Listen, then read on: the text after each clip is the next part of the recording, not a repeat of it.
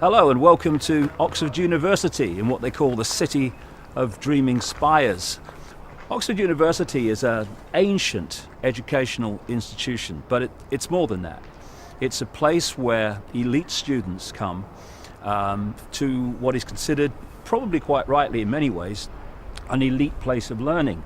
But it's also a place where the Illuminati, this network of interbreeding families that manipulates our world in most extraordinary detail, targets and identifies students who can be developed and programmed to run the system on their behalf to their agenda in the future generations.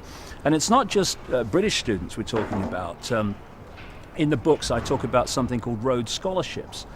These are named after Cecil Rhodes, a massive Illuminati operative in the 19th century and the start of the 20th century. He died in 1902. And he left money to fund scholarships to Oxford University for overseas students who are selected by various people to be gifted the scholarship. And a lot of these people come here, they get educated and programmed into the globalist agenda, the centralized global agenda, and then they go back to their countries and they serve that agenda in various capacities. Perhaps the most famous Rhodes Scholar of recent times was Bill Clinton from Arkansas, who would have normally no chance of ending up here at Oxford University, but thanks to the Rhodes Scholarship, he was brought here, and he's served the agenda extremely well and in so many ways continues to do so. So this is a really major Illuminati center, and it serves the agenda in so many different ways. And one of its most famous institutions is called the Oxford Union, the Oxford Union Debating Society.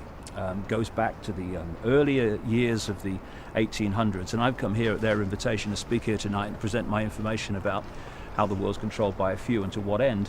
And the building is behind us that goes back, and looking at it, to 1878. And the Debating Society goes back much further. And I'll show you inside.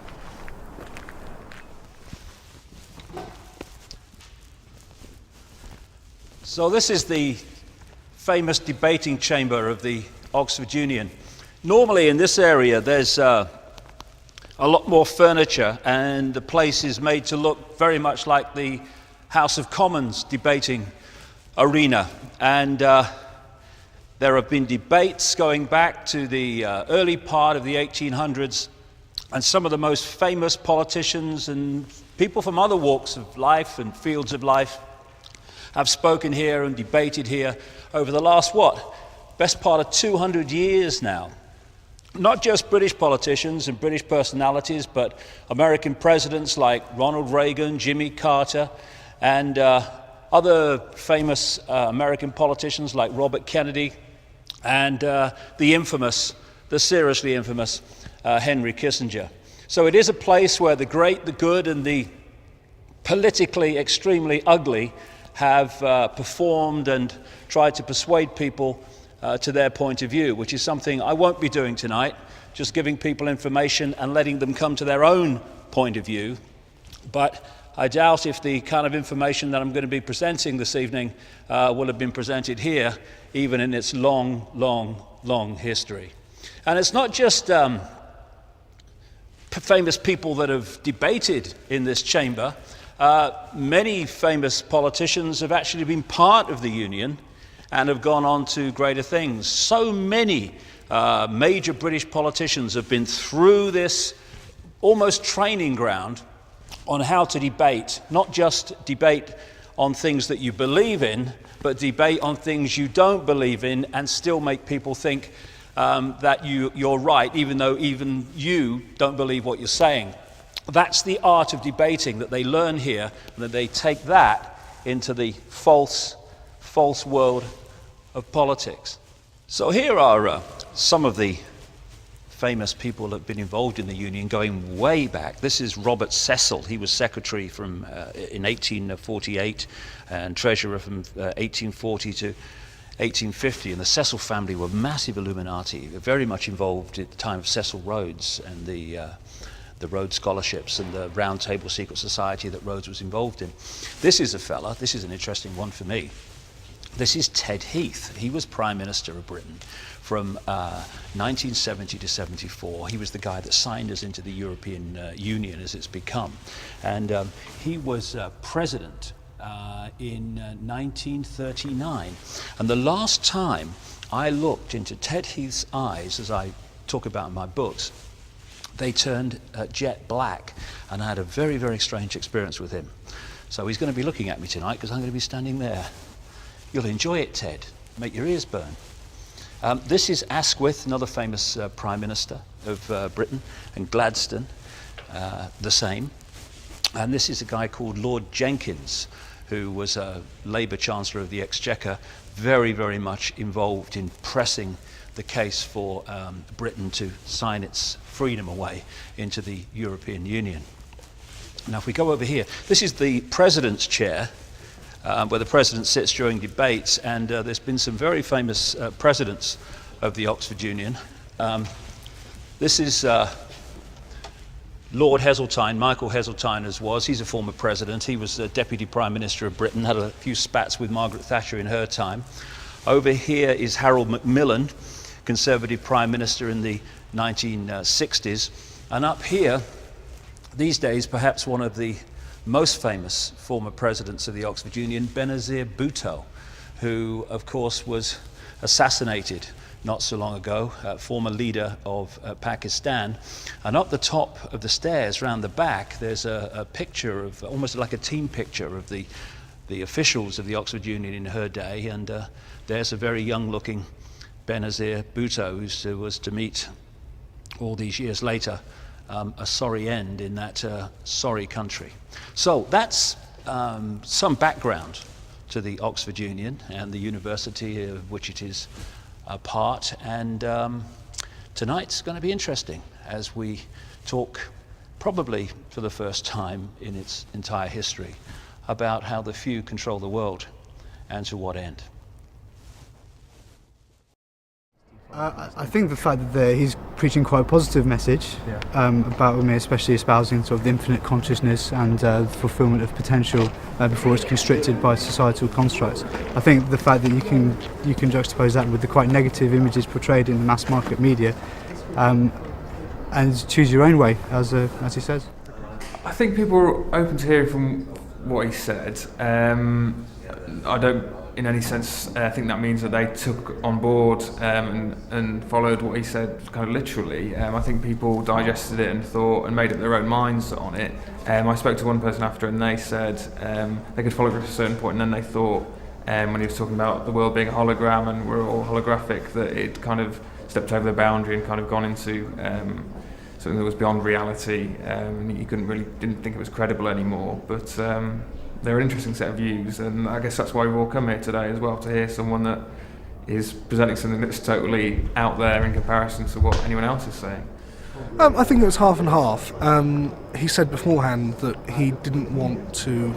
His role wasn't to persuade anyone, his role was simply to put some information out there and let people decide for themselves. So he wouldn't have achieved or not achieved on that basis. But I think he did a good job in accessing a lot of people there, making them think about things in a deeper way. There are obviously going to be some people there who came along simply to jibe or simply to laugh at him. And that's going to happen. He knows that happens everywhere. So there was an element of that. But also, I think there were a lot of people that made them think more about the world. And people shouldn't necessarily come to the conclusions that he has, just as I haven't. But I think thinking about these things is very healthy, and I think he's helping to just think about life in general. I don't think that's a harmful thing at all. Okay, so if you could just sum up and just say how you think it went down today in the Oxford Union. I'm not sure they're ready for it, but I'm not sure we ever will be. I hope we will.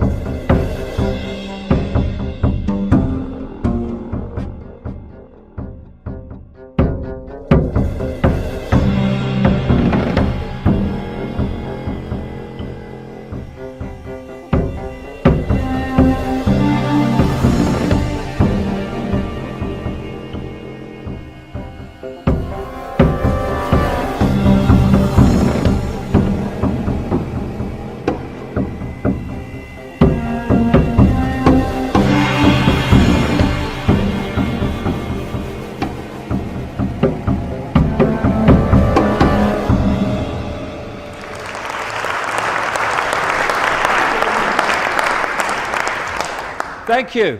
Crikey. I went to Crown Hill Secondary Modern and after failing the 11 plus and left school at 15 to be a soccer player. So, speaking in the Oxford Union, me mum would be so sodding proud if she knew it existed. The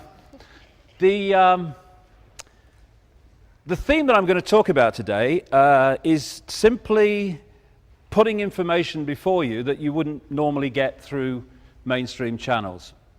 It's not something that I'm trying to sell to you. It's not something I'm trying to get you to believe, because the world is drowning in fricking people standing up and telling others what they should think. Whether it's religion, whether it's politics, whether it's science, whatever it is, medicine, we're constantly being told, this is how it is, you must believe it, and if you don't believe it, you're wrong.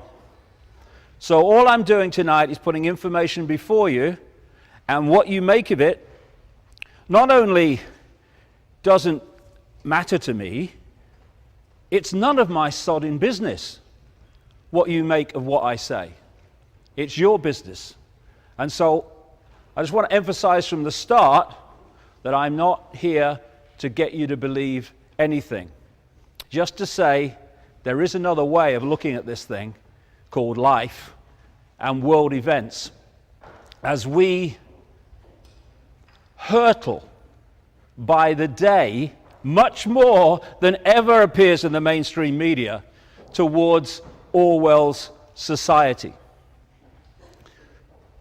Gandhi said, an error does not become truth by reason of multiplied propagation, nor does truth become error because no one will see it.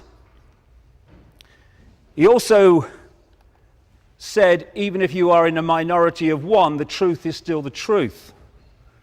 The truth is not something you believe, the truth is something that is. And it's your relationship to it that is the decision we make. Obviously, there are different versions of truth, and there's different ways of looking at life. But truth itself is not something we believe, it is something that we align with or don't align with. So, in short, if one person is standing up and saying something, it doesn't mean it's not true. Just because everybody seems to be saying the same thing doesn't mean it is true.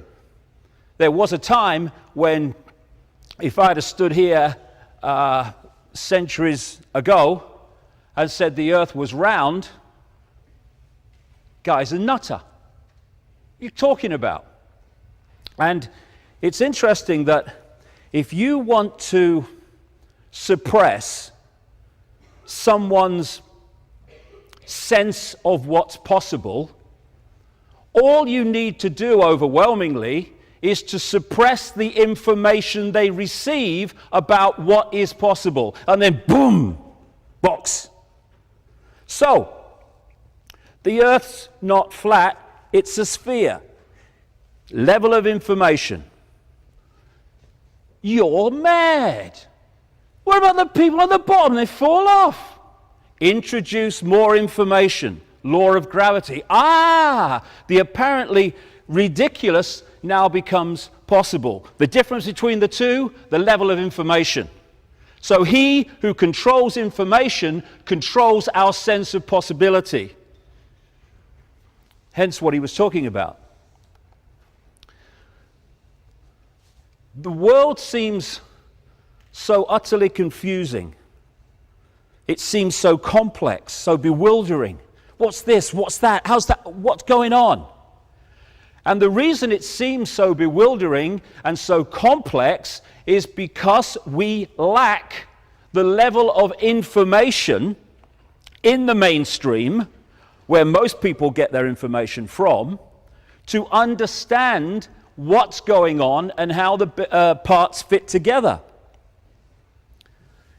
Because that's what I'm going to do tonight, and it's what I do in a massive way in this book, which is quite heavy, because things can look in isolation interesting, Oh yeah, what's going on here? Wonder what that's about. And always, why is he doing that?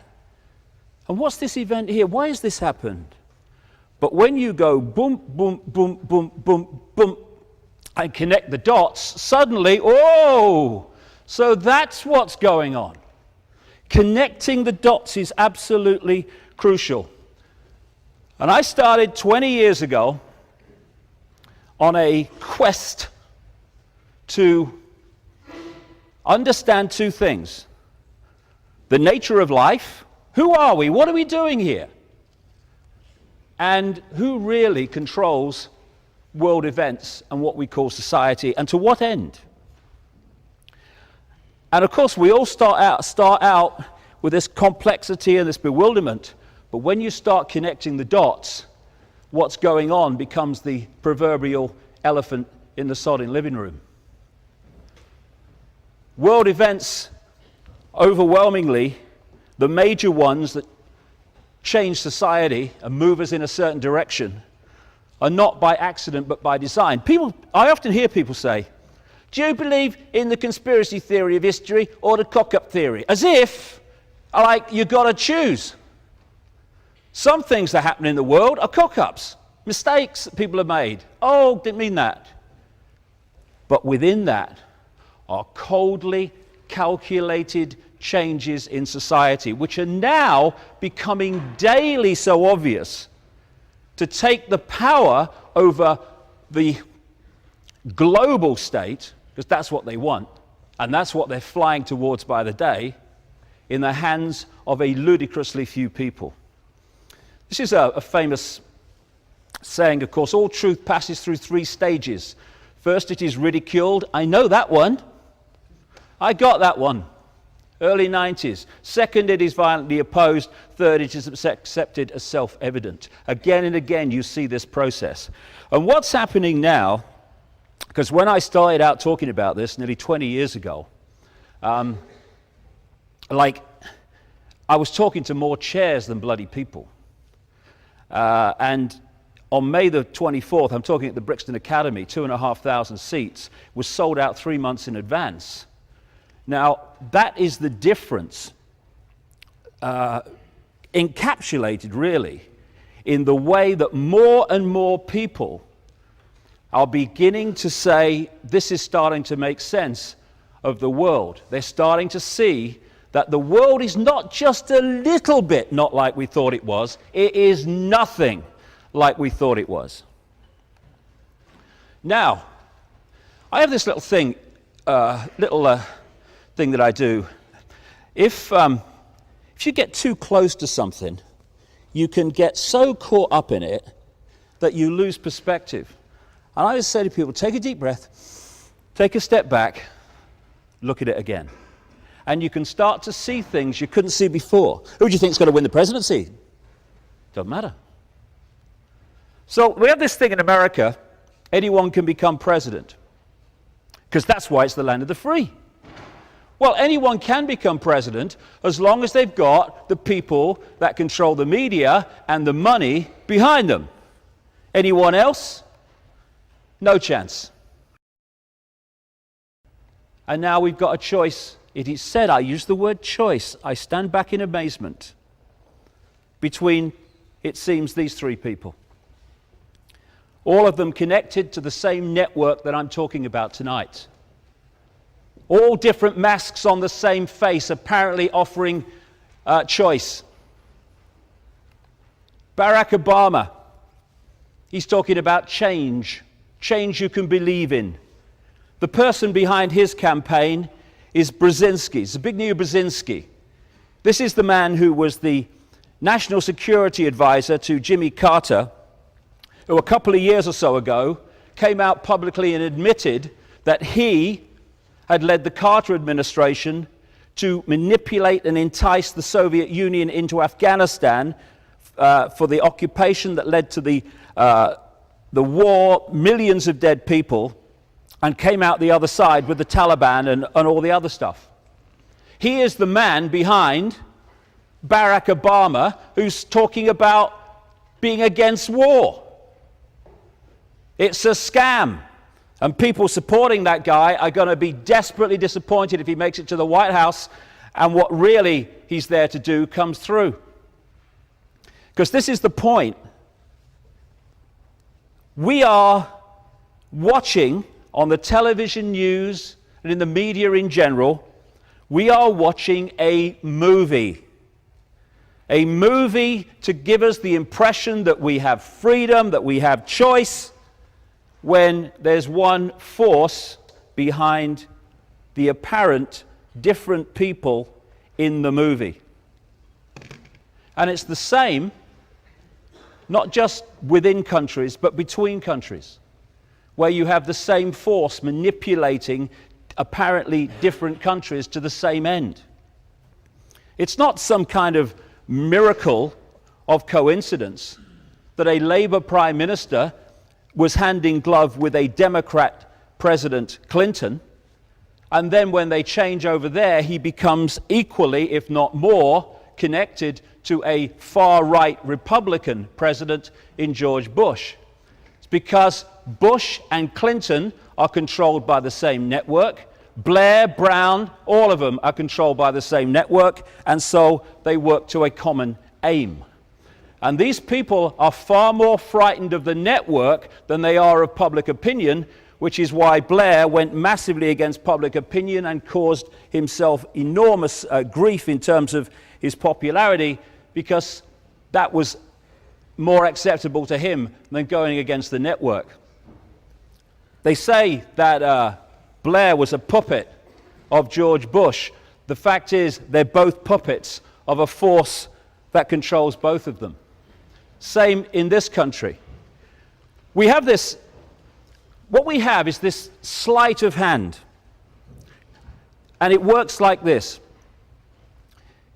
The greatest form of dictatorship is a dictatorship where the people think they are free, because they will not rebel against not being free when they think they are.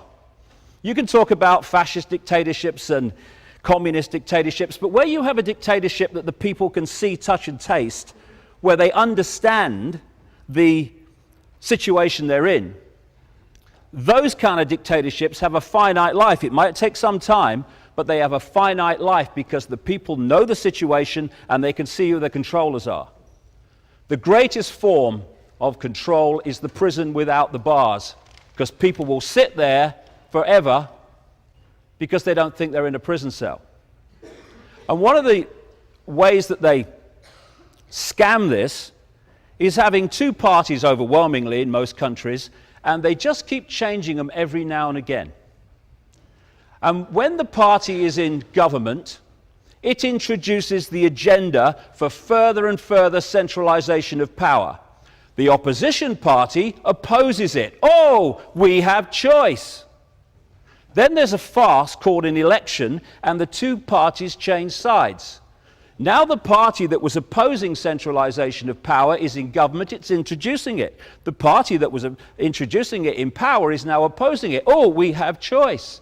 And the other thing they do is if they want a certain person in power, like they wanted Blair, and like they wanted Margaret Thatcher, then all they do is create mayhem in the opposing party, and people say, well, there's no choice, don't like her much, don't like him much, but what's the choice? How many times in the last 10 years did people say, well, I don't want to vote for Blair, but look at the Tories, they're a mess.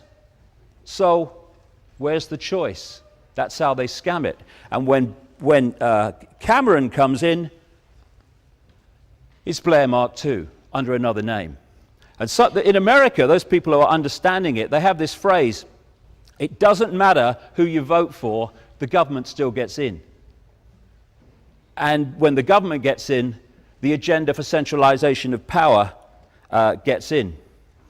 Politics may not be the oldest profession, but the results are the same, for the reason I'm talking about. Now, this is all possible because we have allowed ourselves, as human beings, to become a herd of unthinking sheep. We've been manipulated to be so, and only by acquiescing to it is it possible for the few to control the many.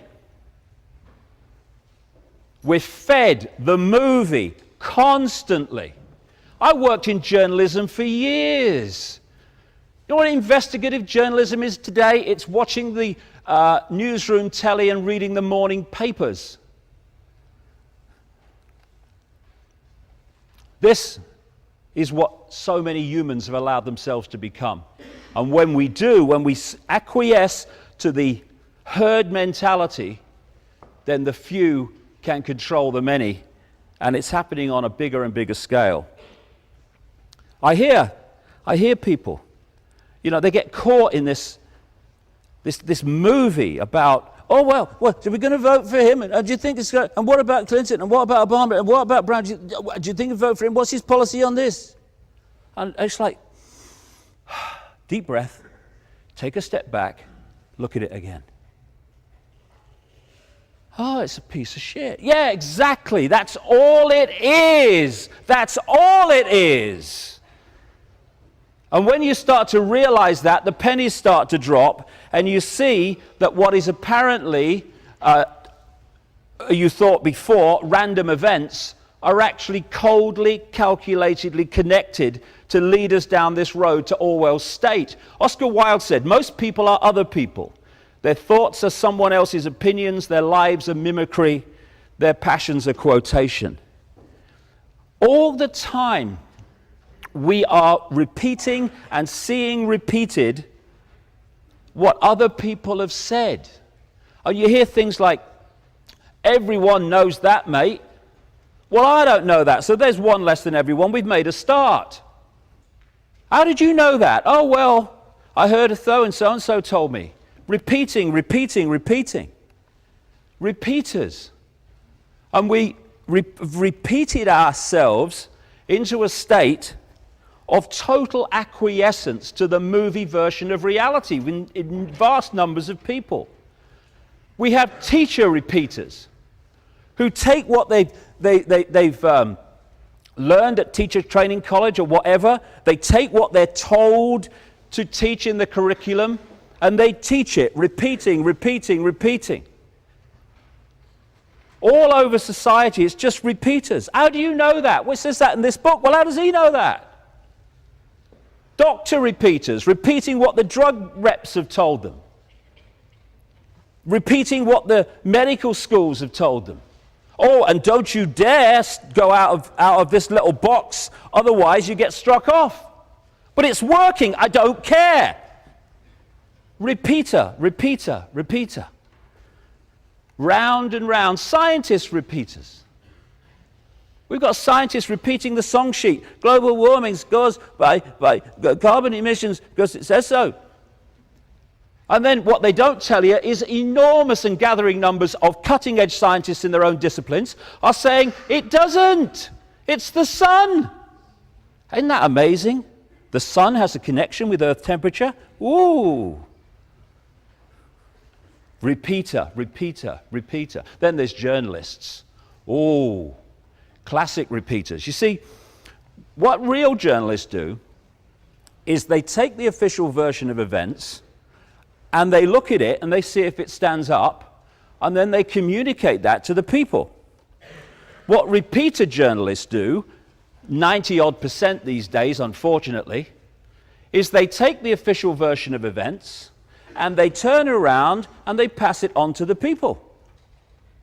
And so instead of being journalists, they are simply public relations officers for the official version of events and life.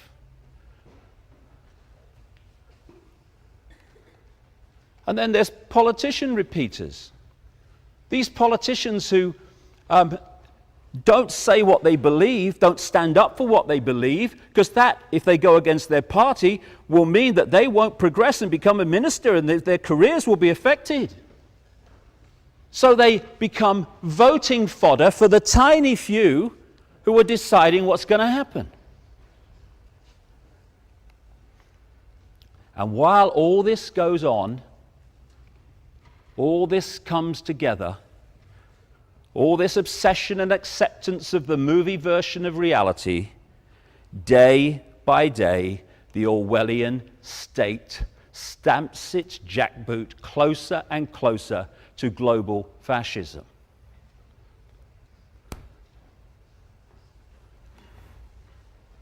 H.L. Mencken again said, "The most dangerous man to any government is the man who is able to think things out for himself. Almost inevitably, he comes to the conclusion that the government he lives under is dishonest, insane, and intolerable." Why is that? Because governments are not there to serve people. They are there to control people and direct people down a certain agenda road. And once you appreciate that that's what the relationship is between government and people, control, what is happening today begins to make more and more sense when you connect the dots. We have the movie version of events, which hear on the television news and in the newspapers and stuff. And then we have the secret agenda behind the scenes, which is obscured and covered by the movie version of events. And without puppet people, it could not be possible. Follow the white rabbit, believe what you're told to believe, think that war is peace, even if you can't spell, that you're a moron if you're against slaughtering the innocent. And as Orwell said, believe that war is peace, freedom is slavery, and ignorance is strength, and amazing things are allowed to happen by the vast majority, by the very few. You can pepper bomb cities of civilians and get away with it.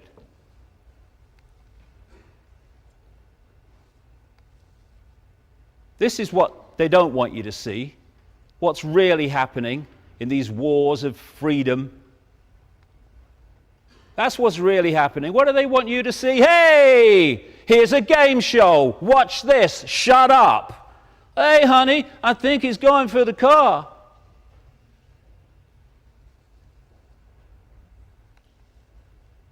Liberation. This is what they don't want you to see about what's really happening.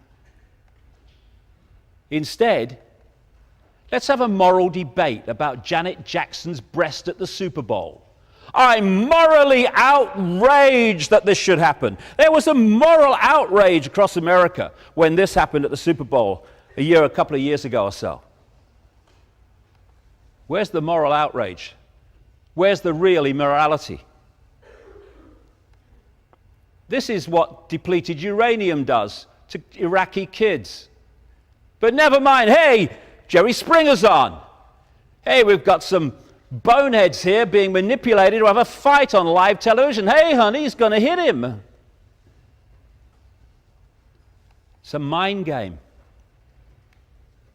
People said in very large numbers in the early 1990s that I was crazy, insane, having a midlife crisis. I'm sure many people still think the same. But I tell you what, if I am seen as sane by a world this crazy, I'm disappointed.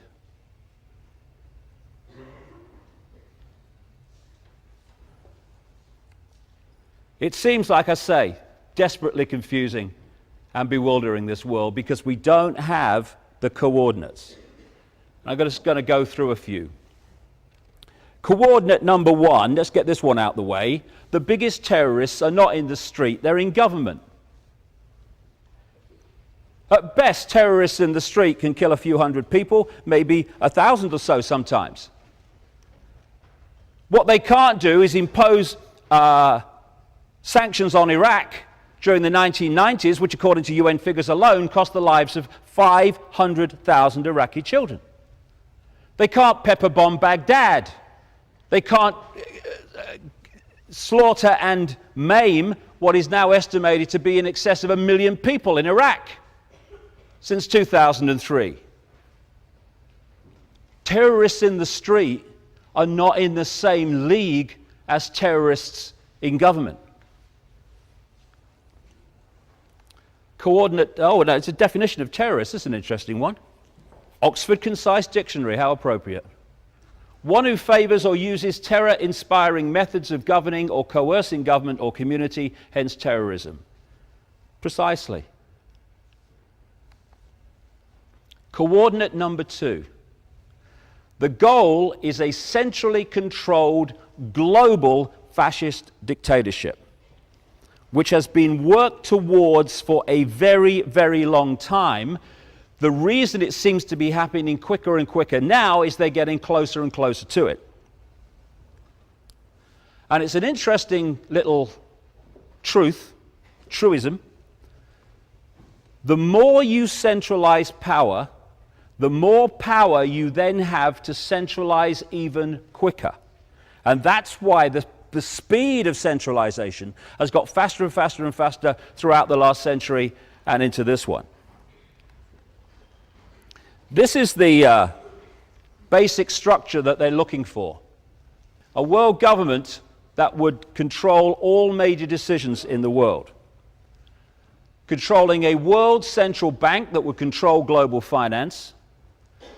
A global currency which would not be cash in the end, it would be purely electronic money, for which there are fundamental implications for freedom.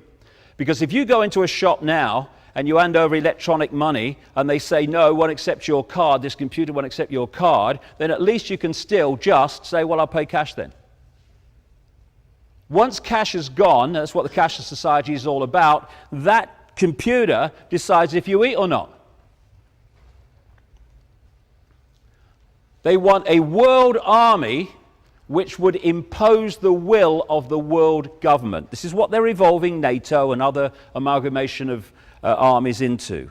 It's supposed to defend Western Europe. That was just Western Europe, nothing to worry about. Now it's in Afghanistan. As I predicted in my books years ago, they would find more and more excuses to expand NATO's sphere of operation. And somebody said to me, a journalist said to me, why do they want a world army? Because there'd be no one to fight. Well, what about any country that says, no, we're not accepting the will of the world government? There we go. Under this structure, they want the European Union, which of course is now massively advanced, the American Union, the North American Union, Mexico, America, and Canada is well advanced behind the scenes. The Pacific Union, the Asia-Pacific Union, and the African Union, which they already have. And under that would become nation states which they want in the end to break up into regions so that there's no unity of defiance to the edifice of power above them. And the reason for centralization of power is very simple. Any dictatorship that wants to control the many from the few has to centralize decision-making. The more diversity of decision-making there is, the less control any central power is going to have over it. And you look in every area of our lives, centralization of power is going on and on and on. So when we're looking at identity cards, I mentioned on that previous slide, the last point there was the microchip population. When we look at identity cards, that's not the end. That's just the stepping stone. I said years ago, way back in the early 90s, to much hilarity, that the agenda was to create a microchipped population linked to a global computer. Well, people ain't laughing anymore because microchipping is becoming more and more prevalent. The ID card is only part of the move towards it. The idea is for microchip people. In the end, babies microchipped at birth after they leave the womb as part of the birth process. Barcoded people. These microchips are going to be much smaller than this as they progress. This is a story from UPI, which I'll read to you if you can't see it at the back. The US Department of Health and Human Services said Thursday that it was about to begin testing a new technology designed to help more closely monitor and assist the nation's homeless population. See, that's what they do when they're bringing these things in. Start with the most vulnerable groups and then expand it out to the whole population. Under the pilot program, which grew out of a series of policy academies held in the last 2 years, homeless people in participating cities will be implanted with mandatory radio frequency identification tags that social workers and police can use to track their movements. Data from these tracking stations mounted on telephone poles will be transmitted to police and social service workers who will use custom Windows NT software to track movements of the homeless in real time. In what has become a chronic social problem, people living in shelters and on the streets do not seek adequate medical care and frequently contribute to the rising crime rate in major cities. Supporters of these subdermal chips tracking say the technology will discourage implanted homeless men and women from committing crimes while making it easier for government workers to provide social services such as delivering food and medicine. Oh, that's very kind of them. This is the world that we're so rapidly moving into. Same shit, different asshole. Except this is fascism at the technological cutting edge, which allows more control than ever Hitler could get. Coordinate 3. How do they do this? The power of the pyramid. You can also use the symbolism of the spider's web, but the pyramid will work because that's how it operates. The system operates in its structure a system of pyramids within pyramids, like Russian dolls, one doll inside a bigger doll, inside a bigger doll, inside a bigger doll. They have pyramids inside bigger pyramids, inside bigger pyramids. If you look at any organization today, this university, for instance, any government, any business, any corporation, they're structured as a pyramid. At the bottom, you've got the vast majority of the people working for that organization. And as you go up the pyramid, you're meeting fewer and fewer people, but they know more and more about the agenda than those below them. It goes the other way and the other way, of course. And then eventually, you get to the capstone of the pyramid, the organization, and there are the tiny few people who are the only people that know how it all fits together and know what the real agenda is. Everyone else is at different levels of ignorance for what the organization's really about. And the idea is to hoard knowledge, some of it very, very advanced knowledge, well beyond anything we see in the public arena, in the hands of the few, and to keep the mass of the people in ignorance of that knowledge. And if I know really significant things, like the nature of reality and how we create it, and I keep it from everyone else, I am suddenly in a position of massive power. Because of this pyramid system, the network of interbreeding bloodline families going way back to the ancient world, they occupy the capstone of the pyramid. The people we think are in control, like prime ministers, presidents, heads of the World Bank, etc., they're much lower. They are not the people in power. They are the people who are placed in positions to administer into reality the policy dictated from the shadows, from people that the mass of the population have no awareness even exist, let alone how they're manipulating the system. So people focus on Bush, and they say, oh, it's Bush, he's a vehicle. He's not Big Brother.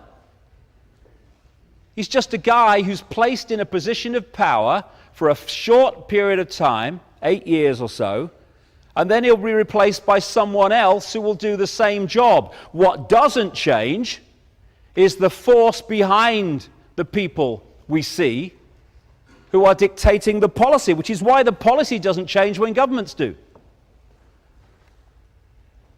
This is the pyramid within pyramid system. The banking system is a pyramid.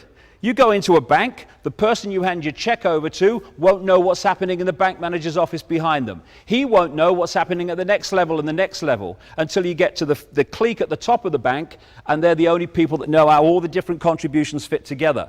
Because the vast majority of people, like 90% of people, who are daily making contributions in various ways to building this global prison state, have no idea they are doing it or the end that is behind it.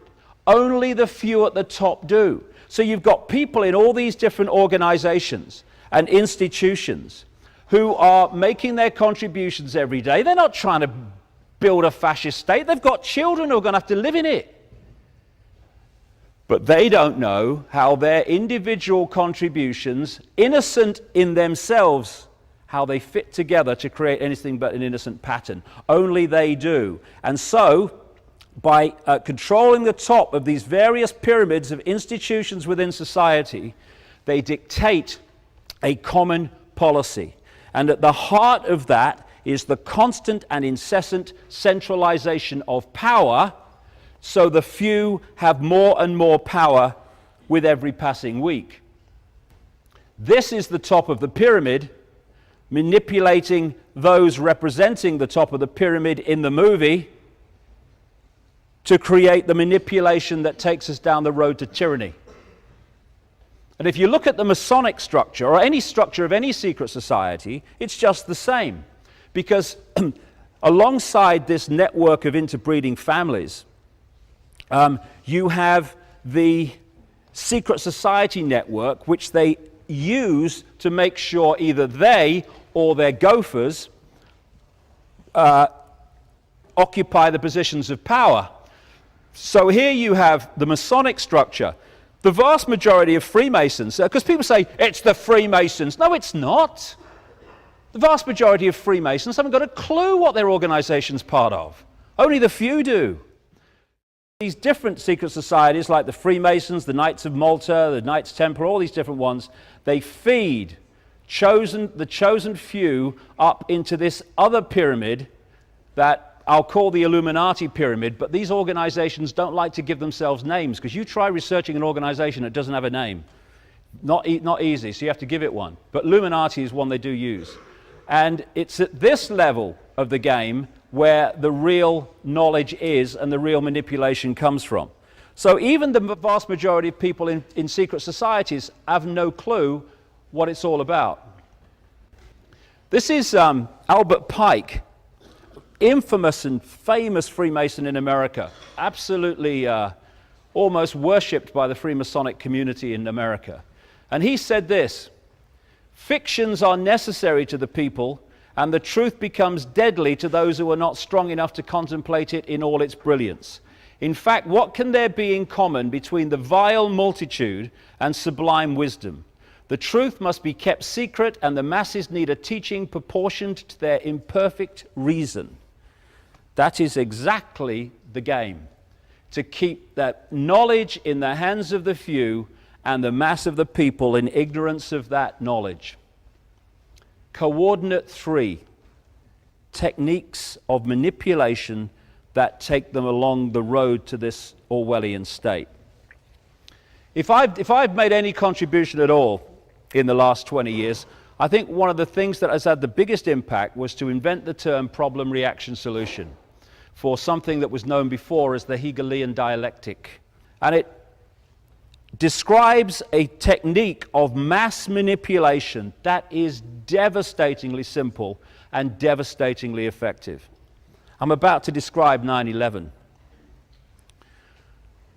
What happens, this is the 33rd degree of Freemasonry, by the way. They have a motto, ordo ab chaos, order out of chaos. That is problem, reaction, solution.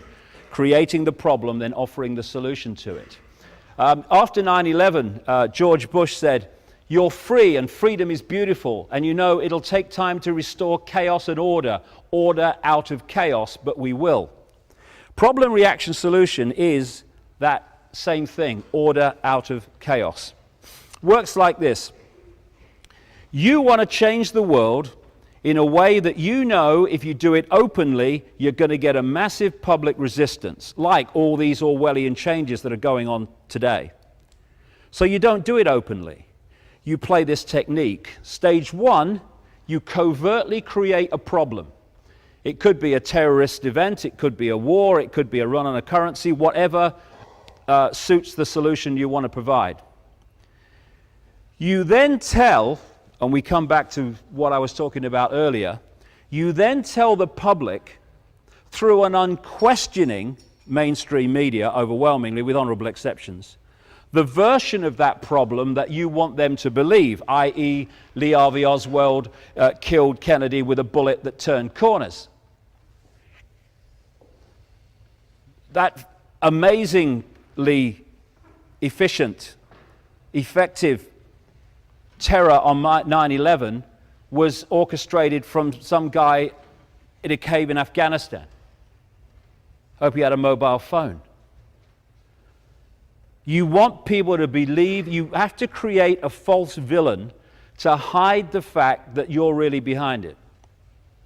You want the public at stage 2 to react with fear, with outrage, and words to the effect of, something must be done, this can't go on, what are they going to do about it?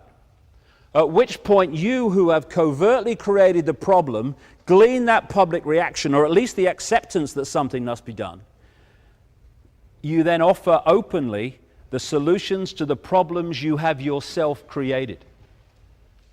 This is why Tony Blair said after 9/11, the world has changed and never will be the same again. It wasn't meant to be the same again. If you look at the two world wars, I've got the Second World War here. If you look after the First World War, the power in the world was in far fewer hands than it was before the start. We had the first attempt at a global body, the League of Nations. After the Second World War,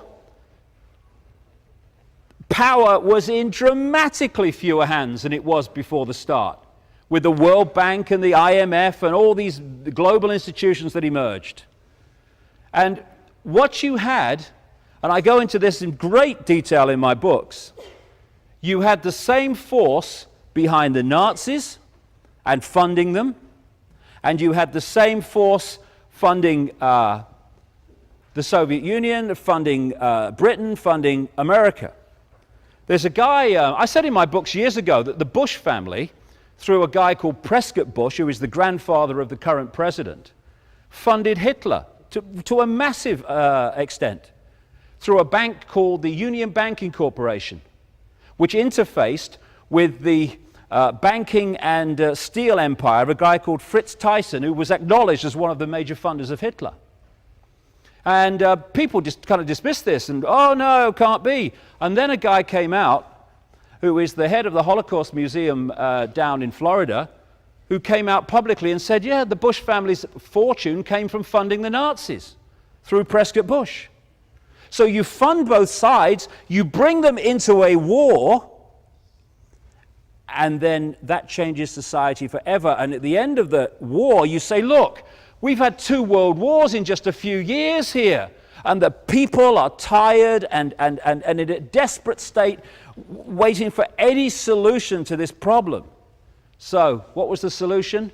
An explosion of globally centralized institutions, which today are massively part of the Orwellian state. This is what one of the major Nazis said. Why, of course, the people don't want war. Why should some poor slob on a farm want to risk his life in a war when the best he can get out of it is to come back to his farm in one piece? Naturally, the common people don't want war, neither in Russia, nor in England, nor for that matter in Germany.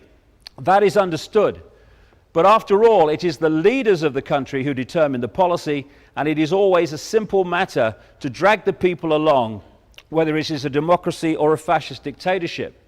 Voice or no voice, the people can always be brought to the bidding of the leaders. That is easy.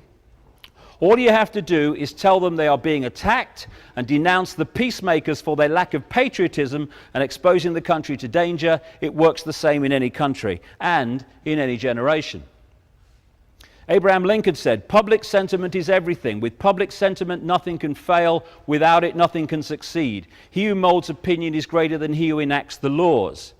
Well, if you mold opinion, you can then enact any laws you want. It's all a mind game. Adolf Hitler, Mein Kampf. All propaganda must be so popular and on such an intellectual level that even the most stupid of those towards whom it is directed will understand it. People can be made to perceive paradise as hell and the other way round, to consider the most wretched sort of life as paradise.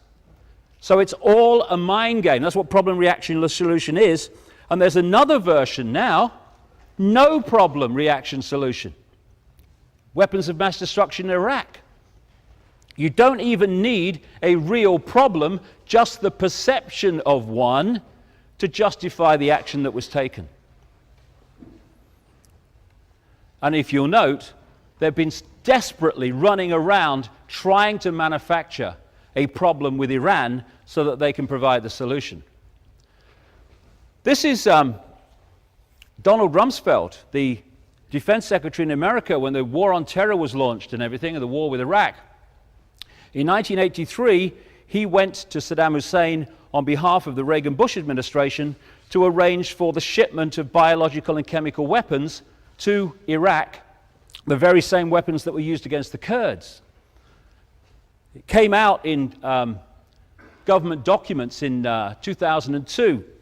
This was a newspaper report. Donald Rumsfeld, the US Defense Secretary and one of the most strident critics of Saddam Hussein, met the Iraqi president in 1983 to ease the way for US companies to sell biological and chemical weapons, including anthrax and bubonic plague cultures, according to newly declassified US government documents. Donald Rumsfeld was also on the board of a company called ABB, European engineering giant, when they sold nuclear technology to North Korea, and when Rumsfeld became defense secretary, he used the fact that there was a nuclear situation in North Korea to target that country and condemn that country. This is how problem reaction solution works. Create the problem and then offer the solution. The other technique that runs alongside this, I call the totalitarian tiptoe. You know from the start that you're going from A to Z. But you know if you go in giant leaps, people are going to look up and say, what's going on? Because the change is so vast and clear. So what you do with a totalitarian tiptoe is you go in little steps, as big as you can get away with, mind, and every single step is projected to the people as unconnected to all the others. That's how we went in Europe from a free trade area, good for jobs, nothing to worry about, into what is now a centralized superstate, and they ain't finished yet. The totalitarian tiptoe. This is how we're going in changes in legislation day after day after day to the Orwellian society. Except that since 9/11, it's more like the totalitarian sprint. I hear people, I've heard people say over the years, that what that David Icke guy is saying about this global conspiracy, centralized power and all that stuff, a load of rubbish. And then I see the same people going, stop globalization, stop globalization. What is globalization? It is the public face of the very agenda that I've been talking about for nearly 20 years. The agenda of centralizing power on a global level in every area of our lives. I know some people, good luck to them. They get to the level of transnational corporations and they say that's the reason for globalization. Transnational corporations, greed, that's what's behind it. But there's another step to take when you realize that through the pyramid within pyramid structure, the transnational corporations in the end are controlled by the same people. They are different masks on the same face again. The transnational corporations are not the engine room for globalization, they are the vehicle for it. And in all areas of our lives, like I say, I've traveled quite a bit. You see even the physical culture of countries. I was in Japan 2 weeks ago. Even the visual, physical structure of countries is now looking the same all over the world. So when we see these protests about the World Bank and the IMF and the mayhem that they're creating and the World Trade Organization, what we need to understand is that it's part of a coordinated agenda for centralization on a much greater level than has been envisaged yet, where you start to connect everything. And the thing is that once you take away an area, call it a country, whatever you like, once you take away its ability to make its own decisions and to be self-sufficient in making those decisions, you have created the end of freedom for that country, that area, whatever you talk about. If you look at Britain now, we can't even cough without the European Union agrees. And because of the World Trade Organization, countries can't even defend their own economies from other parts of the world. And this is not by accident, but by design, because when you take away people's ability to make decisions within their own sphere, country, whatever, community, you are making them dependent on a global system that they have no control over. Exactly. And who has control over them within the global system? Anyone that controls the global system, and it's a dramatically few people. Like I say, there's one agenda going on behind the scenes, and there's the movie. Oh no, it's just free trade. I love free trade. I love that one. Free trade. That's the freedom to exploit some of the poorest people in the world, to make your products at a few cents on the dollar, and then bring them across the world with as little tariff barrier as possible, because it's free trade. Everyone's in favor of that. And then sell it for the highest price you can in another part of the world. It's not free trade, it's freedom to exploit. Free trade is Orwellian newspeak to mislead us to what it really means. I'll give you an example of how this is planned in advance and is not just random. In September 2000, there was an organization called the Project for the New American Century that produced a document of where it wanted America to go as soon as possible. This is before the Bush administration. It was a few months, 2 months before it won the election. The Project for the New American Century was created in the 1990s by people like Cheney, Rumsfeld, and Wolfowitz, the Deputy Defense Secretary at the time of 9/11 and the War on Terror. Also among the creating people of this organization were those that became known as neocons or neoconservatives in the Bush administration when it came in. In that document in September 2000, it called for American armed forces to be the cavalry on the new American frontier. Bush is not even in power yet. He certainly ain't talking about this in his election campaign. The document said that key allies like the United Kingdom were the most effective and efficient means of exercising American global leadership. It says the United States has for decades sought to play a more permanent role in Gulf regional security. While the unresolved conflict with Iraq provides immediate justification, the need for a substantial American force presence in the Gulf transcends the issue of the regime of Saddam Hussein.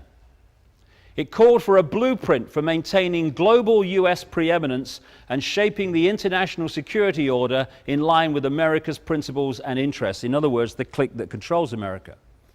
This grand American strategy, it said, must be advanced as far into the future as possible, and the US must fight and decisively win multiple simultaneous theater wars, major theater wars, as a core mission. All these things unfolded when the Bush administration came in, because the people behind the Project for the New American Century and this agenda came in with the Bush administration. It talked about peacekeeping missions demanding American political leadership rather than the United Nations. It happened. It highlighted North Korea, Syria, Iran, and Libya as dangerous regimes and said that their existence justified the creation of a worldwide command and control system, World Army. This guy, David Frum, was the man who wrote the speech when Bush talked about the axis of evil which was North Korea, Iraq, and Iran, straight off the pages of the Project for the New American Century. It spotlighted China for regime change eventually, saying it's time for a presence of American forces in Southeast Asia. This could lead to American and Allied power providing the spur to the process of democratization in China. It called for the creation of US space forces to dominate space and total control of cyberspace to prevent their enemies using the internet. Now we're seeing the internet being targeted more and more to stop the free flow of information. It talked of developing biological weapons that can target specific genotypes. And this may transform biological warfare from the realm of terror to a politically useful tool. This is the mentality behind the people behind the war on terror. And then it said this: for this agenda, this process of transformation, as it called it, to happen in a reasonably short time, there had to be some catastrophic and catalyzing event like a new Pearl Harbor. This was in September 2000. This process of transformation is likely to be a long one, absent some catastrophic and catalyzing event like a new Pearl Harbor. 1 year to the month after that document was published, and 9 months after the people behind it came to power with Bush, America had what Bush called at the time our Pearl Harbor, 9/11. As a result of that, I go into that in detail in this book, which I wrote some time ago. As a result of that, 9/11 horror, the great list of things in that document have been justified into place by that event. This is the guy, the United Nations ambassador at the time, who was pressing the case to invade Afghanistan and all the rest of it. This is the people behind this. John Pilger in the New Statesman said of this guy, John Negroponte, how appropriate that John Negroponte is Bush's ambassador at the United Nations. This week he delivered America's threat to the world that it may require to attack more and more countries. As US ambassador to Honduras in the early 1980s, Negroponte oversaw American funding of the regime's death squads, known as Battalion 316, that wiped out the democratic opposition, while the CIA ran its Contra war of terror against neighboring Nicaragua. Murdering teachers and slitting the throats of midwives were a speciality. These are the people that launched the war on terror. He later became head of US operations in Iraq and head of US intelligence. Because there is the movie, Bin Laden, Al-Qaeda, and there's the secret agenda doing what we need to justify the agenda. After 9/11, we had Bush saying, we must get Bin Laden, but that's the last thing they wanted. This is a guy called Michael Springman, US consulate in Jeddah, Saudi Arabia at the time of Father George Bush. In Saudi Arabia, I was repeatedly ordered by high-level State Department officials to issue visas to unqualified applicants. These were essentially people who had no ties either to Saudi Arabia or to their own country. I complained bitterly at the time there. I returned to the US, I complained to the State Department here, to the General Accounting Office, to the Bureau of Diplomatic Security, and to the Inspector General's office. I was met with silence. What I was protesting was, in reality, an effort to bring recruits rounded up by Osama bin Laden to the US for terrorist training by the CIA. They would then be returned to Afghanistan to fight the then Soviets. Greg Palast, a real journalist, in his report on Newsnight at the time, I received a phone call from a high-placed member of a US intelligence agency. He tells me that while there's been constraints on investigating Saudis under George Bush, it's gotten much worse. After the elections, the agencies were told to back off investigating the bin Ladens and Saudi royals, and that angered agents. This was in the period before 9/11, in the months before 9/11. And Robin Cook, the former foreign secretary, who unfortunately died of a heart attack when he had lots of things to say on this, he said in a Guardian article just before he died, throughout the 80s, bin Laden was armed by the CIA and funded by the Saudis to wage jihad against the Russian occupation of Afghanistan. Al-Qaeda, literally the database, was originally the computer file of thousands of mujahideen who were recruited and trained with the help of the CIA to defeat the Russians. They created the problem and then offer the solution, which is a war on terror that, by its very nature, is a war you can never say has ended. A war without end. And here we have Barack Obama. The man behind him, his foreign policy advisor, Brzezinski, is the man who has publicly admitted that he orchestrated the manipulation of the invasion of Afghanistan by the Soviet Union, which kicked the whole thing off. Whether it's a Democrat or a Republican, Labor or Conservative, the same force is running the show. The official story of 9/11 is a monstrosity. It is an insult to the intelligence. And what's interesting is that today, more and more people, particularly in America, major academics and people like that at various universities, are some of the key people who are forensically taking apart the official story of 9/11, which, I have to say, is not difficult because it's so ludicrous. Not one strand fits to the other. This is a headscarf that was supposed to be in a plane that crashed in Pennsylvania, Flight 93. You know, it's not even dirty. Oh, but it's an exhibit. We found it. Hardly any wreckage, but we found that. And then there was the passport, the hijacker's passport, which the FBI called a press conference to tell the world they had found near Ground Zero, that had been in one of the planes that crashed. A long and dirty war, said Cheney, a war without end. A war without end in justifying the Orwellian state unfolding. See, because it's a mind game, it's not just a mind game, it's an emotional game. To a very large extent, problem, reaction, solution is manipulation of emotion. And the key emotion that entices people to give their power away more than any other is fear. People who are in fear of something give their power away to anyone they think will protect them from what they've been manipulated to fear. The more we can be persuaded to be frightened, the more likely we are to acquiesce to apparent solutions to that which we are frightened of. They need to put us into a mentality of fear and survival, fear of not surviving, fear of tomorrow, fear of meeting the check at the end of the month, paying the mortgage, meeting the rent, fear of whether you're going to lose your job, fear of the economy, fear of terrorism, fear of global warming. Oh my God.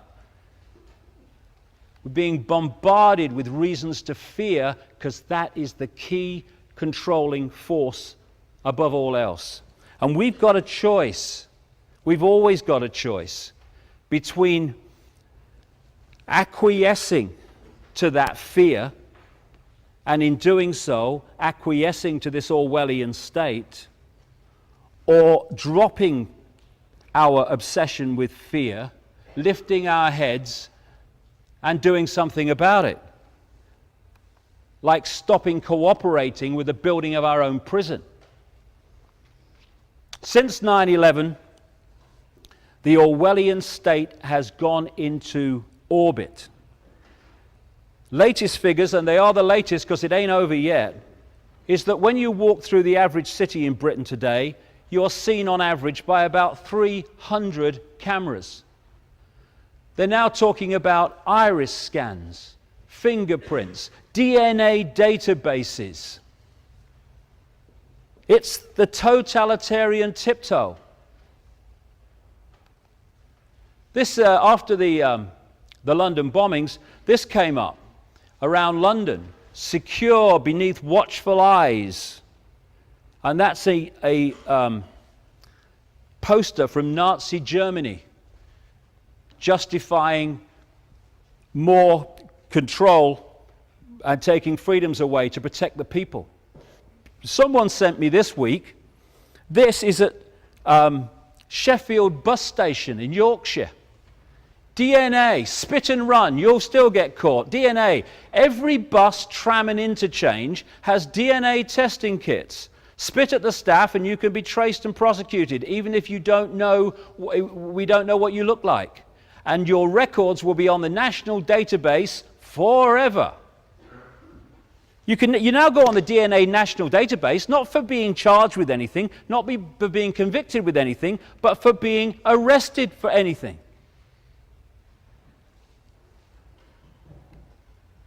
There you go.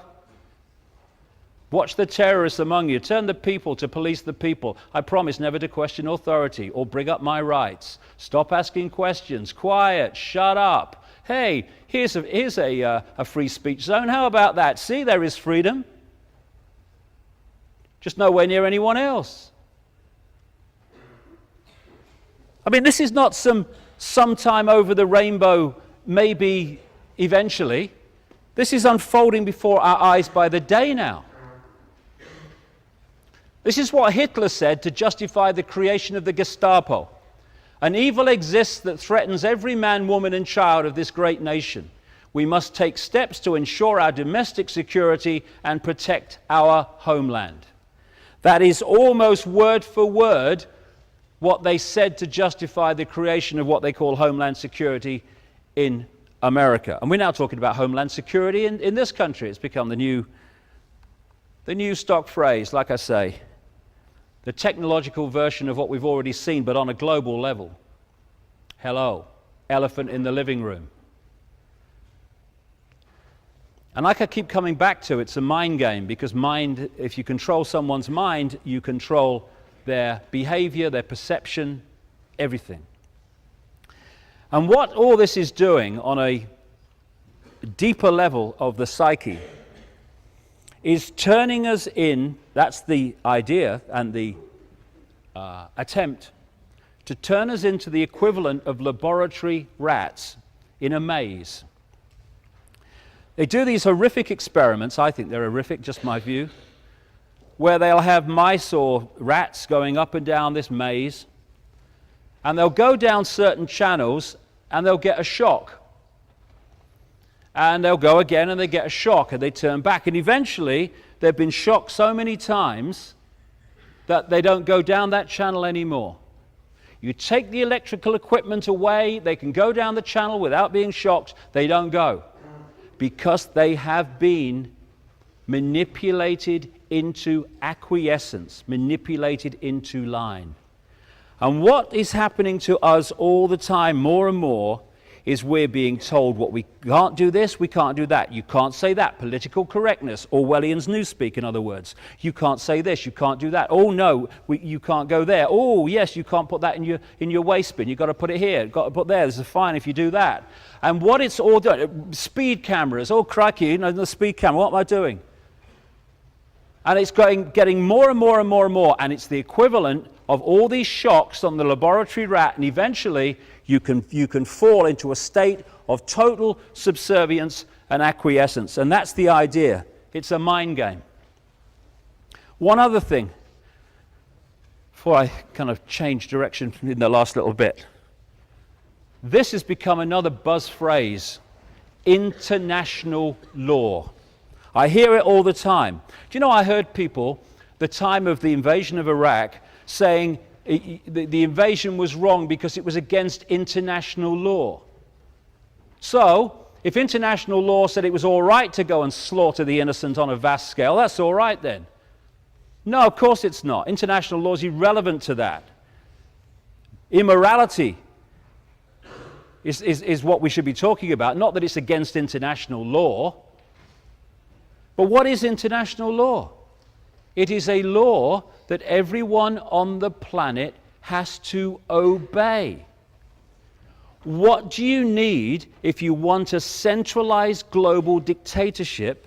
You need laws that everyone on the planet has to obey. That's why international law is being talked about in an ever-increasing way all the time, because that's the road to the central tyranny. So anything that can be used to justify international law is a good thing from their point of view. What better than a global war on terrorism? We must have international law to protect everyone from terrorists. What better than global warming caused by the carbon explanation? Oh, we must have international law to meet this threat. Anything that Al Gore's involved in is a scam. Anyone who's done any looking at his background. So international law, you're going to hear more and more and more about. Not only international law, but the need to unify and bring together regulations on this and that and the other in each country on all these different topics. Oh no, you've got different regulations in that country to that country on this, so we must have conformity of global regulations. We're seeing this all the time. Again, building the global centralized state. More and more. And this is as relevant today as when these words were spoken by an anti-Nazi activist, pastor, who said this after the Second World War. First they came for the Jews, and I did not speak out because I was not a Jew. Then they came for the communists, and I did not speak out because I was not a communist. Then they came for the trade unionists, and I did not speak out because I was not a trade unionist. Then they came for me, and by then there was no one left to speak out for me. And we're seeing this all the time, where they're targeting certain groups, and everyone else, because, oh, I'm not part of that group, it doesn't affect me, looks the other way, and they pick them off, and pick them off, and pick them off. And that's what's happening all the time. And yet, what I've been describing, and I could talk at much greater length and often do, is a house of flipping cards. That's what it is.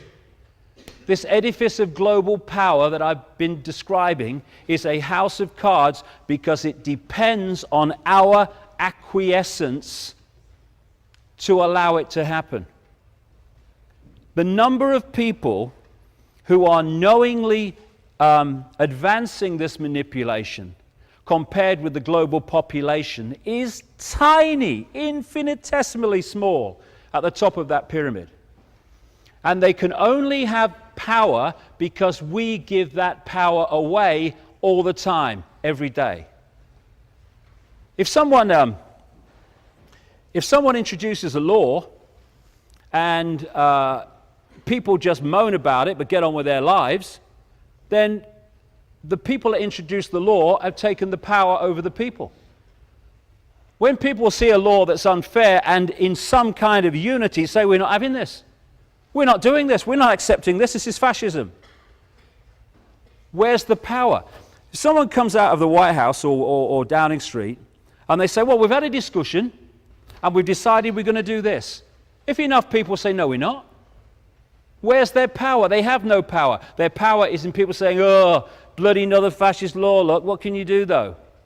One of the reasons that the poll tax law had to be changed in the time of Margaret Thatcher is because for once the effect of it went across income brackets and classes.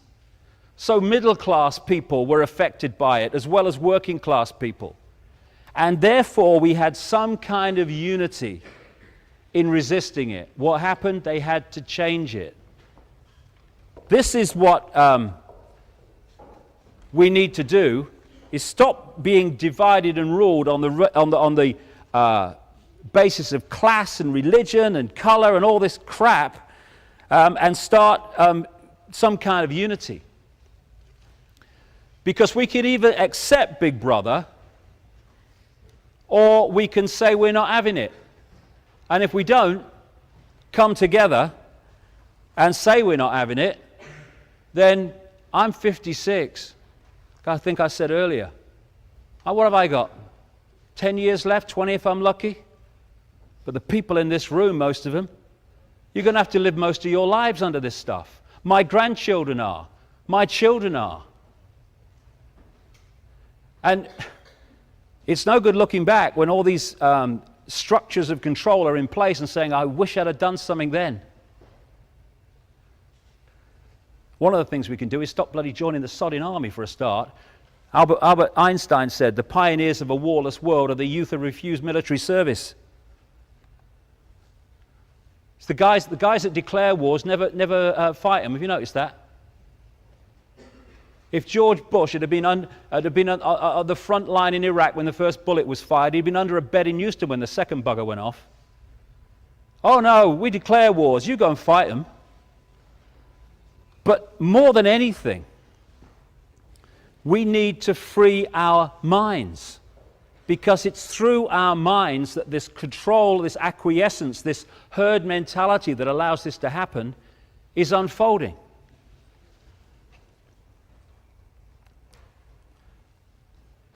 It's an interesting question. Who's deciding what's happening in our heads all the time?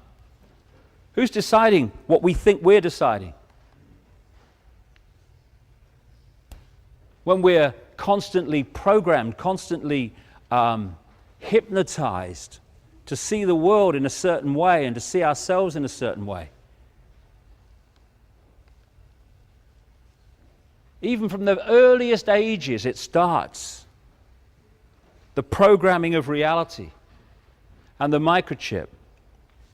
I'll tell you a quick story about microchips. In 1997, I got a call from someone I know asking if I would meet a CIA scientist in America, because he wanted to tell me things that he wanted to get out into the public domain, but he couldn't do it for reasons that became obvious. So I met him, and he told me the story of how he joined the CIA. He's a cutting-edge scientist, apparently, in the area of magnetics. And he thought he was serving his country. Down the bottom of the pyramid, I'm serving my country. He soon realized that the agenda that I'm talking about is actually happening and being orchestrated behind the scenes. And he rebelled and said, I'm not working for you anymore. He then leaves his house, and then shortly afterwards has complete missing time, until he woke up on a medical type bench in a room, and as he got his faculties back, he started to realize there's something stuck to his chest. And as he was telling me this story, he was opening his shirt, and on his chest was this see-through, almost like a shampoo sachet, I suppose you could call it, and inside was this orangey golden liquid. They're known in the CIA as patches. Someone's been patched. And he told me that what they do is the drug in this patch, the body is manipulated to need to survive. And it lasts for 72 hours and has to be replaced. And if it's not replaced, you start to die a very unpleasant death. And he tried it after he was patched, and he's sure they weren't kidding. And what he was told is, you work for us, or we remove the patch. And he said there are endless numbers of scientists in the really secret projects in America, I guess elsewhere too, who are patched for this reason. And so he was trying to get out what was happening because he couldn't. And what he told me was, tell people if they say no to one thing, say no to the microchip. Because he said even people who've begun to wake up to what's going on are seeing the microchip as just electronic tagging. It is not. That is only part of it, knowing where people are all the time, as with that example earlier. The main thrust and the main reason for microchipping, he said, is not the messages going from the chip to the computer, it's the messages coming the other way. And he said that through this process, and he told me then that microchips outside the public arena were so small people wouldn't believe it. Well, we're now seeing that that's true all these years later. He said that from a microchipped person, from a microchip in a person, they can manipulate them mentally, emotionally, and physically from a distance through the chip. And that's the idea, to get inside the body computer, if you like, and externally manipulate its thought and emotional processes and its physical state. The Matrix movies I found very interesting. There were lots of very good symbolism in there, where the Neo character is told by the Morpheus character that he's a slave and that he needs to recognize he's a slave. And that's the first step to freedom. The first step to freedom within this gathering Orwellian world is to realize that we are in a gathering Orwellian world. Because once that realization comes, then we start to see the bars. We're no longer sitting in a cell without bars thinking we're free. We can start to see the bars. Once you see the bars, you can start to think, well, what do I do about it? And then the next thing, that we want to be free. That we don't want to be sheep anymore. That we want to take our minds back. That we want to have our own opinions and our own views, and not those that are bombarded at us daily through education and through the media and all the other sources of so-called information. And then there's the transformation, where you open your mind and break the spell that so many people are under, the hypnotic spell of seeing the world in a certain way. And when you realize, or you start to transform, you realize a staggering fact, which the cutting edge of science is now beginning even to identify, that this world we think is physical is an illusion. It's an illusion. There is no out there in terms of physical things that we perceive out there. What is out there are just frequency fields which we are decoding into a holographic reality that only exists in our minds. It's like the same principle as a television. The only place that television exists as we perceive television, which is programs on the screen in pictures, is on the screen. Everywhere else, television is frequency fields and electrical circuits. The only place that the internet exists as we perceive the internet, in graphics and texts and websites, is on the computer screen. Everywhere else, they are electronic circuits, etc. And our reality is a reality that we decode from frequency fields into apparently a physical world, but it's just a holographic illusion. And therefore, if you know that that's what we're doing, and the population have no idea that that's what they're doing, you are suddenly in an extraordinarily powerful place to manipulate how we perceive reality en masse. I mean, these pictures, very simple pictures, are actually flat pictures on a pavement, which look three-dimensional because of the way our brain reads them. That pinky color is exactly the same in both lines, but our brain reads them differently because of the way it's laid out and the colors around them. Most people will read this as a bird in the bush because that's what it appears to say. It actually says a bird in the bush. The brain has decoded it on the basis of what it thinks should be there. Some people will see optical at the top, some people will see illusion. Some people will see good, some people will see evil. It's the way our brain decodes reality. These are real simple examples, but it gets much more complex. As Einstein said, reality is an illusion, albeit a persistent one. This world that we think is kind of infinite is like a television channel, holographic television channel. In the space that I'm occupying now are all the television channels and radio station frequencies broadcasting to Oxford. I can't see them, they can't see each other because they're operating on different wavelengths. You get a television or a radio and tune it to one of those wavelengths, bingo, that's your station, that's your reality. Move the dial, another station, new reality, but the station you've just moved from hasn't ceased to broadcast, it's simply broadcasting in exactly the same way, but you're not tuned to it anymore. These physical bodies lock us in to a frequency range, a lens through which we perceive reality, which we call the physical world. In the same space that we're occupying are infinite other frequencies of reality, and we ourselves, in terms of consciousness, are infinite.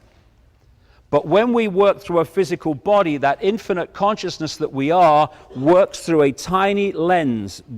I guess it's about experience, who knows?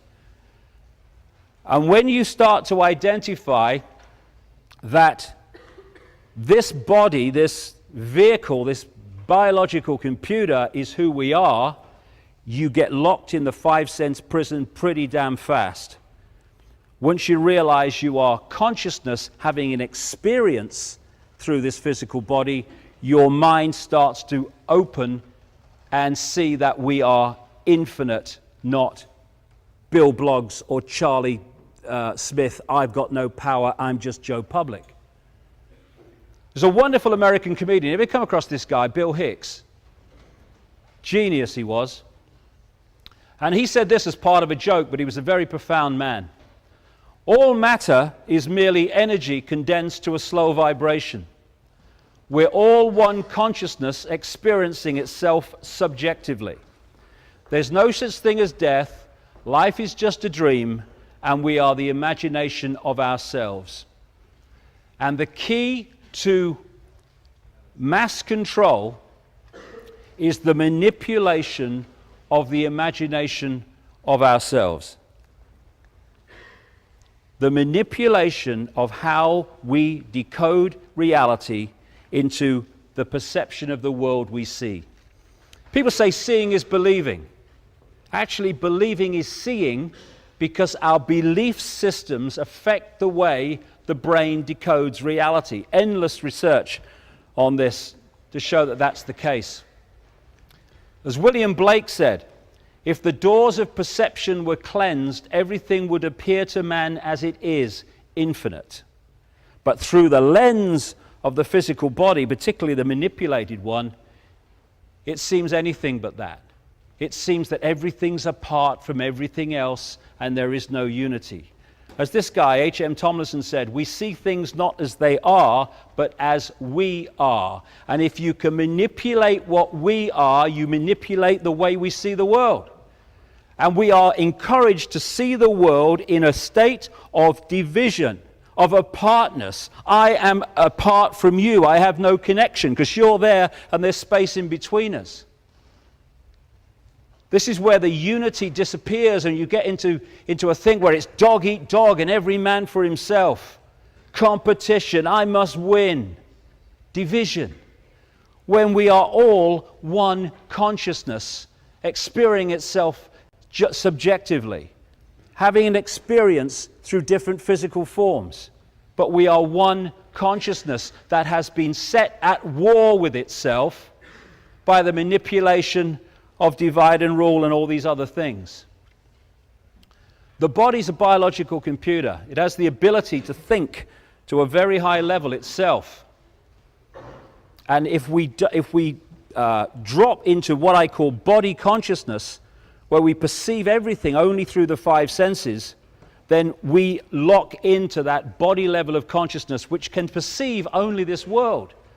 And sees the world in terms of division, of apartness, of disunity. When we become conscious, you start to see that everything is one. We're all expressions of each other. René Descartes, talking about self-identity, said, "I think, therefore I am." I would suggest it's more like, "I compute, therefore I am." Because these computers are programmable. You can program them to decode reality in a way that suits the agenda. And they have massively. Someone like Paul McKenna, simple things that he does, programs the brain to decode reality in the way that it has been manipulated and programmed to do so. Whether you saw this thing on Top Gear some years ago, where he got this guy Hammond in this car through hypnosis to believe that he was driving a real Porsche 911. And when Clarkson drove another toy car into it, he reacted as if he'd just done it to his real car. And many other things that he did under hypnosis. Why? Because he had been implanted with a belief which then edited his reality to fit the belief. And this is happening on a mass scale. The human race, overwhelmingly, is under mass hypnosis, programmed to see itself and the world in a certain way. Humanity, asleep. When people start to get it, and start to see the world in a much different way, they use this term. They say, "I woke up." Exactly. Waking up from the trance we've been put into. And what's the biggest hypnotist on planet Earth? The box in the corner of the room, which is constantly telling us what to believe is real, what to believe is possible, what to believe is right, what to believe is wrong, what to believe is moral and immoral, what to believe. Hypnosis is what it is. We see things not as they are, but as we are. And when we see the world only through the five senses, because I'm Joe Bloggs and Ethel Smith, and we drop into body consciousness alone, then we drop into a box of limitation. And once we have stopped connecting with higher levels of our consciousness and observing the world from that point, we only have one place to go to get a fix on who we are and the nature of reality, and that's out there through the eyes and the ears. And who controls that? The mainstream media, the education system. Put them in the box, lock them in body consciousness, then program the computer to see the world the way that suits our agenda. Know thyself. How many people even think about that? Who am I? What am I doing here? What time's EastEnders on, Nunny? This is, I've done a lot of research on near-death experiences and what people have experienced in the near-death state. And I thought this one was brilliant. This is what one guy said he experienced. Everything from the beginning, my birth, my ancestors, my children, my wife, everything comes together simultaneously. I saw everything about me and about everyone who was around me. I saw everything they were thinking now, what they thought then, what was happening before, what was happening now. There was no time, there is no sequence of events, no such thing as limitation, of distance, of period, of time, of place. I could be anywhere I wanted to be simultaneously. How could he say that? Because he had withdrawn from the lens of the body computer that locks us into this tiny frequency range called visible light, that we think is everything, when it is an infinitesimal fraction of what exists in the very space I'm standing in now. That's who we are, and look what we've allowed ourselves to become by being told what to believe and what to perceive. We live in the equivalent of a holographic internet, as I call it. The world seems so solid, but then they say it's made of atoms which have no solidity. How is that? Because it's an illusion.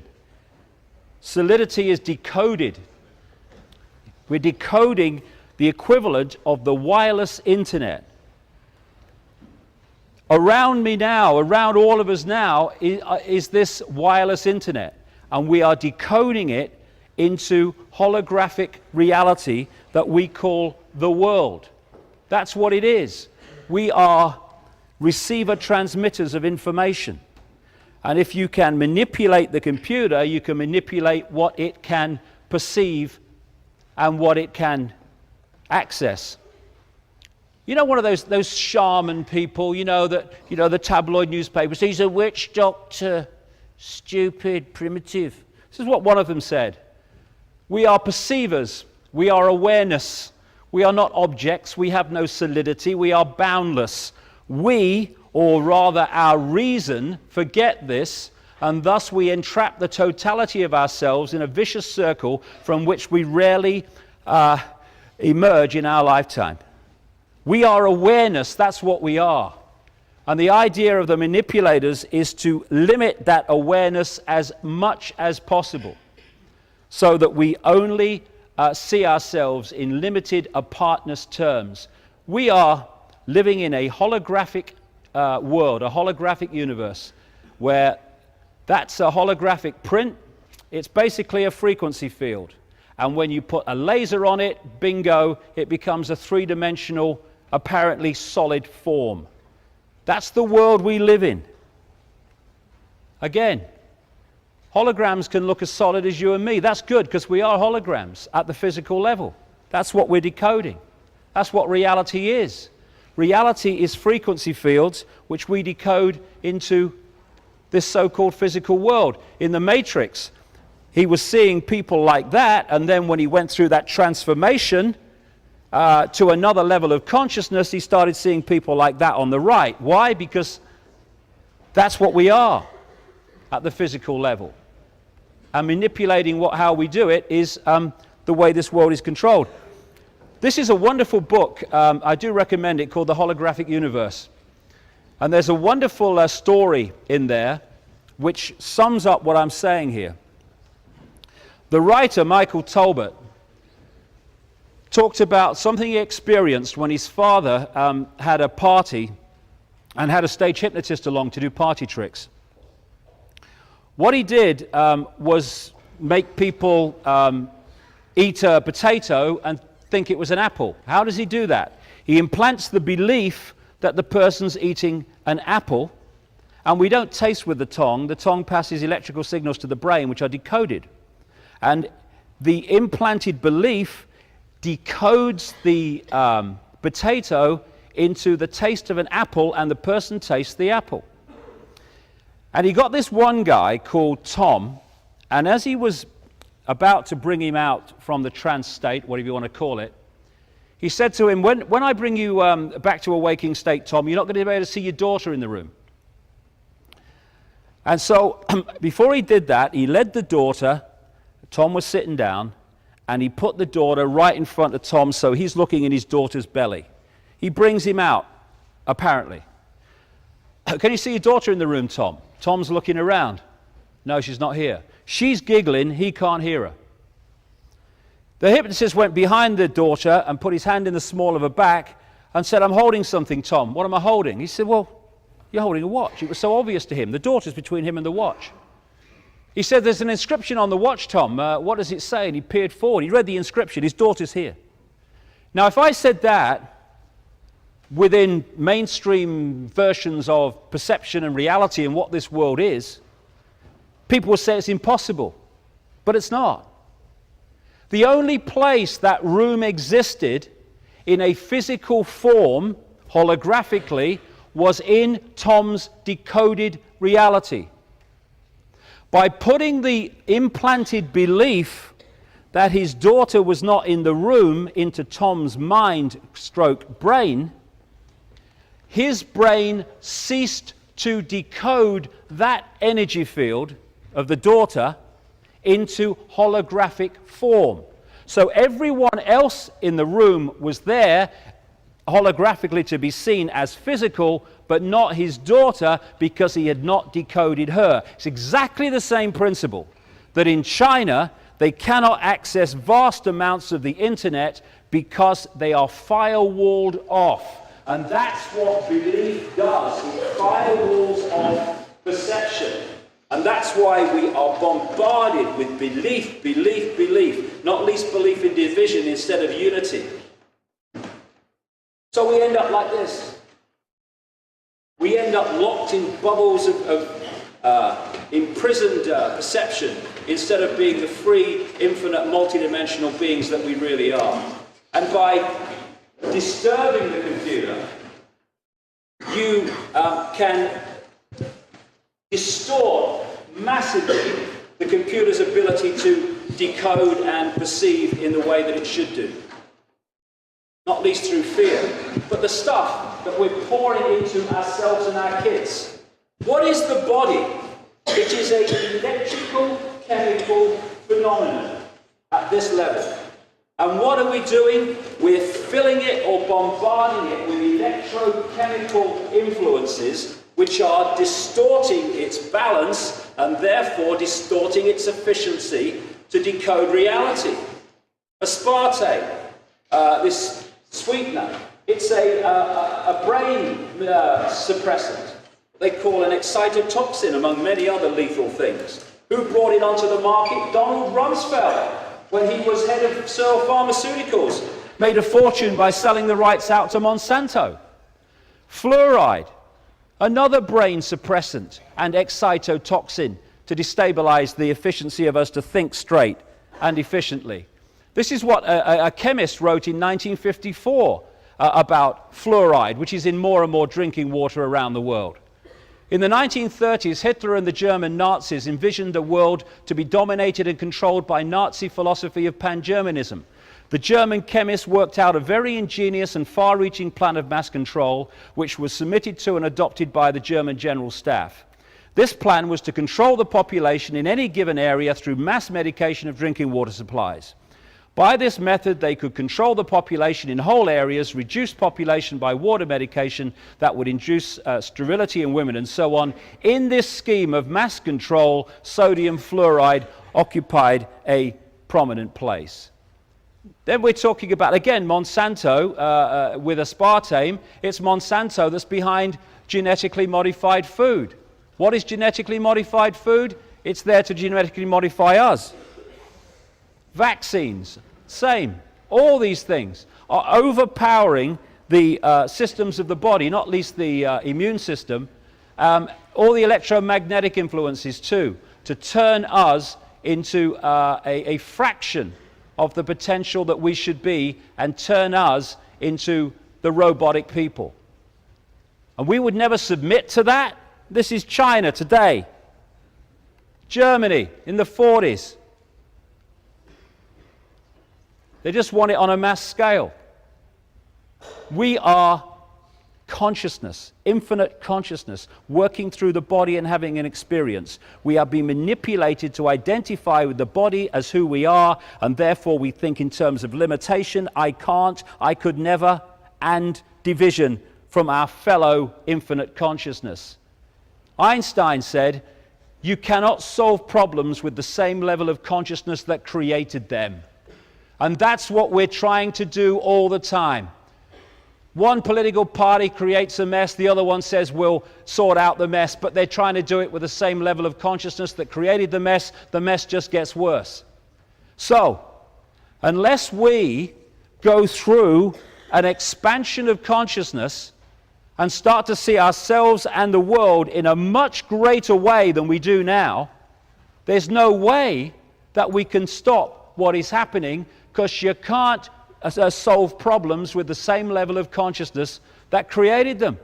And these people who are identifying the conspiracy on a 5-sense level, but saying we have to stockpile weapons to fight the Illuminati, they're just trying to solve problems with the same level of consciousness that created them. They create twice the problems. There is no path to peace. Peace is the path. This is the level of consciousness we've got to start going to. You must be the change you want to be in the world, or see in the world, Gandhi said. Martin Luther King, cowardice asked the question, is it safe? Expediency asked the question, is it politic? Vanity asked the question, is it popular? But conscience asked the question, is it right? And there comes a time when one must take a position that is neither safe, nor politic, nor popular, but one must take it because it is right. And if I had to say one thing that would change this world dramatically, it's if we started doing what we believe, what we know to be right, and stop doing what we think is right for us in the moment. Because they are the decisions that lock us into this imprisoned reality. What are the consequences for me? Me. Not what is the right thing to do in this situation, but what are the consequences for me in this situation? And if we just started doing what we know to be right instead of what we think is right for us in the moment, then this world would transform because of all that would come from it. Injustice anywhere is a threat to justice everywhere, Martin Luther King said. And that is the antidote to divide and rule. I don't care about your injustice. I don't care about your destruction of freedom of speech, because at this moment I feel I'm being treated justly and I have the freedom to say what I think. That's how, first it was the Jews, and I did not speak out because I was not a Jew. We need to start standing up for the rights of everyone to have freedom, even stands back in amazement those we don't agree with. And then we might have some kind of chance of living in a free society and not an Orwellian state, transforming from this society to this society. And it's a time to choose, because like I say, this ain't coming sometime never. This is unfolding by the day. And I'll finish with this. It's how Bill Hicks, a great man, American comedian, died at the age of 33, I think it was. He used to finish his act like this, talking about life, because he realized that it was all an illusion, and we'd got caught in the trap of thinking the illusion is real. And illusions can only control you when you think they're real. When you know the illusion is an illusion, you can play with it and have fun with it. Great. When you think it's real, that's when it's got you. And he used to say this about life. Life is like a ride in an amusement park. And when you go on it, you think it's real, because that's how powerful our minds are. The ride goes up and down, round and round. It has thrills and chills, and it's very brightly colored, and it's very loud, and it's fun for a while. Some have been on this ride for a long time, and they begin to question, is this real? Or is this just a ride? Just an illusion we create? And others have remembered, and they come back to us and they say, hey, don't be afraid ever, because this is just a ride. And we kill those people. Shut him up, I've got a lot invested in this ride. Shut him up. Look at my furrows of worry and my big bank account and my family. This has to be real. It's just a ride. But we always kill those good guys who try to tell us that and let the demons run amok. But it doesn't matter, because it's just a ride. And we can change it anytime we want. No job, no savings or money, just a choice right now between fear and love. And that's all it is. Fear and love. We are living in a world created by this. We will only transform this world with this. And I'll give you a quick example of what I mean with the difference. When someone says, oh, what do we do about this Orwellian state and all this divide and rule and all this war and all the rest of it?